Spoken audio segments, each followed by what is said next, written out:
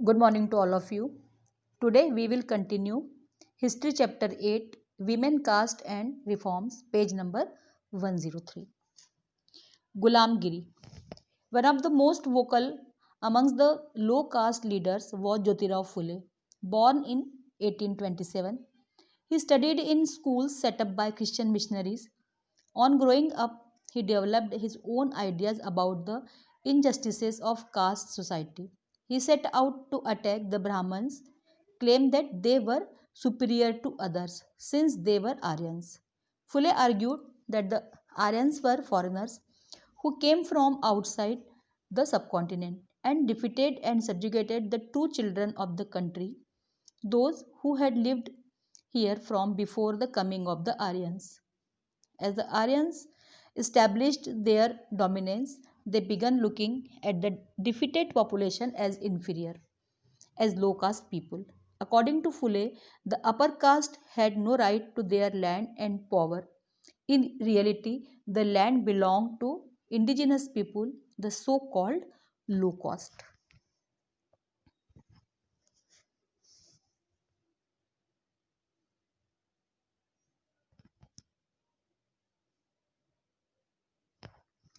लो cast leader में ज्योतिराव फुले सबसे vocal थे।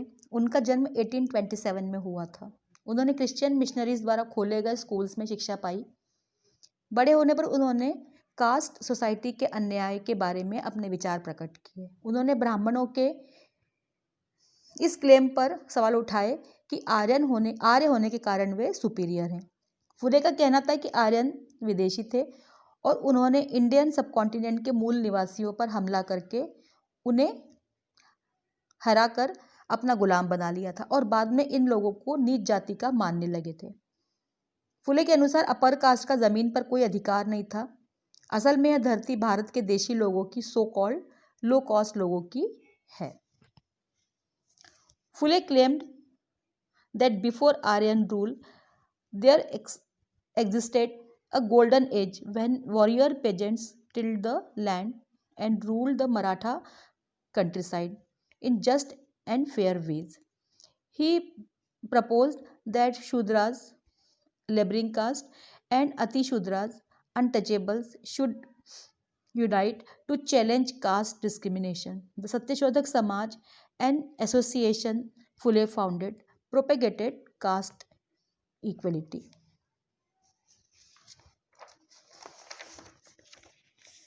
फुले का मानना था कि आर्यन रूल के पहले स्वर्ण युग था, जब वॉरियर पेजेंट्स खेती करते थे और मराठा एक निष्पक्ष और न्यायपूर्ण तरीके से राज्य करते थे। उन्होंने सुझाव दिया कि लेबरिंग कास्ट और अनटचेबल्स को कास्ट डिस्क्रिमिनेशन को समाप्त करने के लिए मिलजुल कर काम करना होगा। उनके द्वारा स्थापित सत्यशोधक समाज ने समाज में कास्ट इक्वलिटी के लिए काम किया।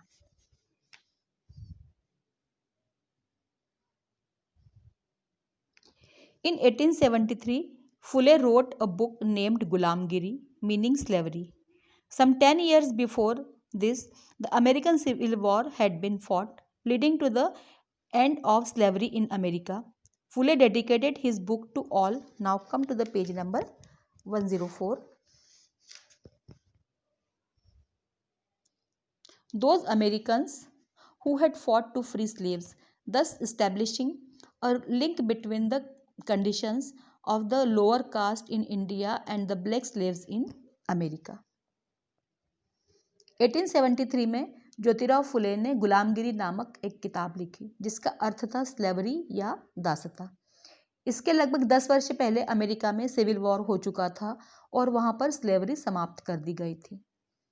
फुले ने अपनी बुक उन सभी अमेरिकन्स को डेडिकेट की थी जिन्होंने स्लेवरी को समाप्त करने में संघर्ष किया था और इस प्रकार उन्होंने इंडिया की लोअर कास्ट और ब्लैक स्लेव्स की कंडीशंस को आपस में जोड़ दिया था। ज्योतिराव फुले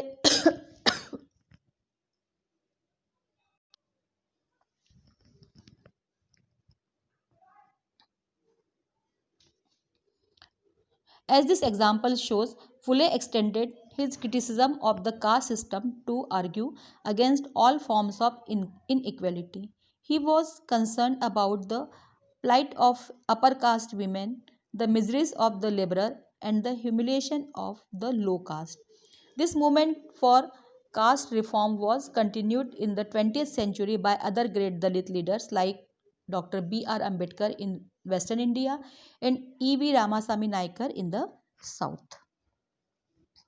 ज्योतिराव फुले ने इस प्रकार अपनी आलोचना को सभी प्रकार की इनइक्वलिटी से जोड़ दिया था। वह अपर कास्ट की औरतों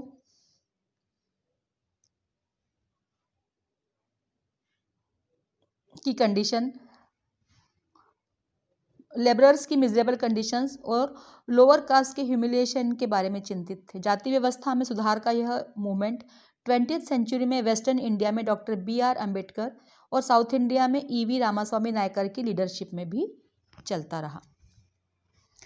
Who could enter temples? Ambedkar was born into a Mahar family. As a child, he experienced what caste prejudice meant in everyday life. In school, he was forced to sit outside the classroom on the ground and was not allowed to drink water from taps that upper caste children used. After finishing school, he got a fellowship to go to the US for higher studies. On his return to India in 1919, he wrote extensively about upper caste power in contemporary society. In 1927, Ambedkar started a temple entry movement in which his Mahar caste followers participated. Brahman priests were outraged when the Dalit used water from the temple tank. Ambedkar led three such movements for temple entry between 1927 and 1935. His aim was to make everyone see the power of caste prejudices within society. Doctor Ambedkar का जन्म एक Mahar family में हुआ था। बचपन से उन्होंने अपनी एवरीडे लाइफ में कास्ट डिस्क्रिमिनेशन का अनुभव किया था। स्कूल में उन्हें क्लासरूम के बाहर ज़मीन पर बैठने के लिए मजबूर किया जाता था। वे स्कूल में दूसरे अपर कास्ट के बच्चों द्वारा यूज़ किए जाने वाले नलों से पानी नहीं पी सकते थे।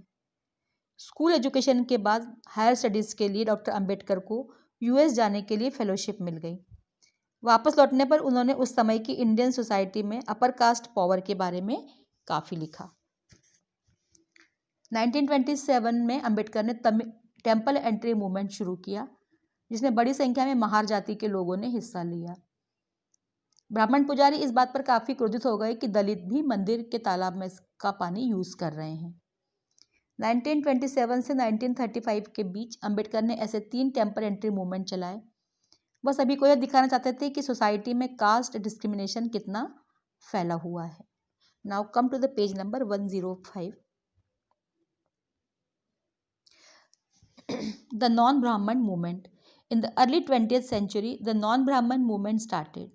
The initiative came from those non-Brahman castes that had acquired access to education, wealth, and influence. They argued that Brahmins were heirs of Aryan invader from the north who had conquered southern lands from the original inhabitants of the region, the indigenous Dravidian race. They also challenged Brahminical claims to power. 20th century की शुरुआत में non ब्राह्मण movement शुरू हुआ। यह कोशिश उन non ब्राह्मण कास्ट की थी जिन्होंने एजुकेशन, वेल्थ और प्रभाव प्राप्त कर लिया था। वे मानते थे कि ब्राह्मण नॉर्थ से आए हुए आर्यों के वंशज हैं, जिन्होंने यहाँ के original inhabitants indigenous Dravid race को हराकर सदर्न पार्ट पर कब्जा कर लिया था। E.V. Ramaswamy Naikar, or Periyar as he was called, came from a middle class family. Interestingly, he had been an ascetic in his early life and had studied Sanskrit scriptures carefully. Later, he became a member of the Congress, only to leave it in disgust when he found that at a feast organized by nationalists, sitting arrangements followed caste distinctions. That is, the lower caste were made to sit at a distance from the upper caste. Convinced the untouchables had to fight for their dignity, Periyar founded the self-respect movement. He argued that untouchables were the true upholders of an original Tamil and Dravidian culture which had been subjugated by Brahmins. He felt that all authorities saw social divisions and inequality as God given. Untouchables had to free themselves, therefore, from all religions in order to achieve social equality. E V Ramaswamy, जो पेरियार के नाम से जाने जाते थे, एक middle class family को belong करते थे। अपने आरंभिक जीवन में वे सन्यासी थे और उन्होंने संस्कृत शास्त्रों का अध्ययन किया था। बाद में उन्होंने कांग्रेस पार्टी ज्वाइन की, लेकिन यह देखने के बाद कि पार्टी में जाति भेदभाव होता है, उन्होंने कांग्रेस पार्टी छोड़ दी थी, क्योंकि कांग्रेस पार्टी के नेशनलिस्ट के द्वारा दी गई एक दावत में जातियों के हिसाब से सीटिंग अरेंजमेंट की गई थी। लोअर कास्ट के लोगों को अपर कास्ट के लोगों से कुछ दूर बैठना था। पेरियार की समझ में आ गया था कि अनटचेबल्स को अपनी डिग्निटी के लिए खुद ही लड़ना होगा। उन्हें स्वाभिमान मूवमेंट शुरू किया। उनका मानना था कि अनटचेबल्स ही तमिल और द्रविडियन कल्चर के असली वंशज है और ब्राह्मणों ने उन्हें अपने अधीन कर लिया है। उनका यह भी मानना था कि सभी रिलीजियस अथॉरिटी सोशल डिवीजन को ईश्वर के द्वारा किया हुआ मानते हैं और इसी कारण अनटचेबल्स को सभी रिलीजन से खुद को फ्री करना होगा। Periyar was an outspoken critic of Hindu scriptures, specially the codes of Manu, the ancient lawgiver, and the Bhagavad Gita and the Ramayana. He said that these texts had been used to establish the authority of Brahmins over lower caste and the domination of man over women. Periyar Hindu शास्त्रों के, specially Manu संहिता, भगवद गीता और रामायण के कटु आलोचक थे। उनका कहना था कि इन ग्रंथों का उपयोग ब्राह्मणों द्वारा लोअर कास्ट पर और पुरुषों द्वारा औरतों पर अपनी सत्ता जमाने के लिए किया जाता है। These assertions did not go unchallenged. The forceful speeches, writings, and movements of lower caste leaders did lead to rethinking and some self-criticism among upper caste nationalist leaders. But Orthodox Hindu society also reacted by founding Sanatan Dharm Sabha and the Bharat Dharm Mahamandal in the north and association like the Brahman Sabha in Bengal. The object of these associations was to uphold caste distinction as a cornerstone of Hinduism and show how this was sanctified by scripture. Debates and struggles over caste continued beyond the colonial period and are still going on in our times. लेकिन ये तर्क सभी को पसंद नहीं आए। Lower caste leader द्वारा दिए गए ये तर्क, भाषण, लेखन और मूवमेंट ने अपर कास्ट नेशनलिस्ट को पुनर्विचार पर मजबूर कर दिया। लेकिन रूढ़िवादी हिंदू सोसाइटी ने नॉर्थ में सनातन धर्म सभा और भारत धर्म महामंडल और बंगाल में ब्राह्मण सभा जैसे संगठन के द्वारा अपना विरोध जताया। इन संगठनों का उद्देश्य था कि हिंदू धर्म में जाति प्रथा जारी रहनी चाहिए। वे साबित करना चाहते थे कि इस बात को रिलीजियस स्क्रिप्चर्स में भी मान्यता मिली हुई है। कॉलोनियल पीरियड के बाद आज भी जाति के सवाल पर बहस और संघर्ष चलता रहा है और यह आज भी जारी है।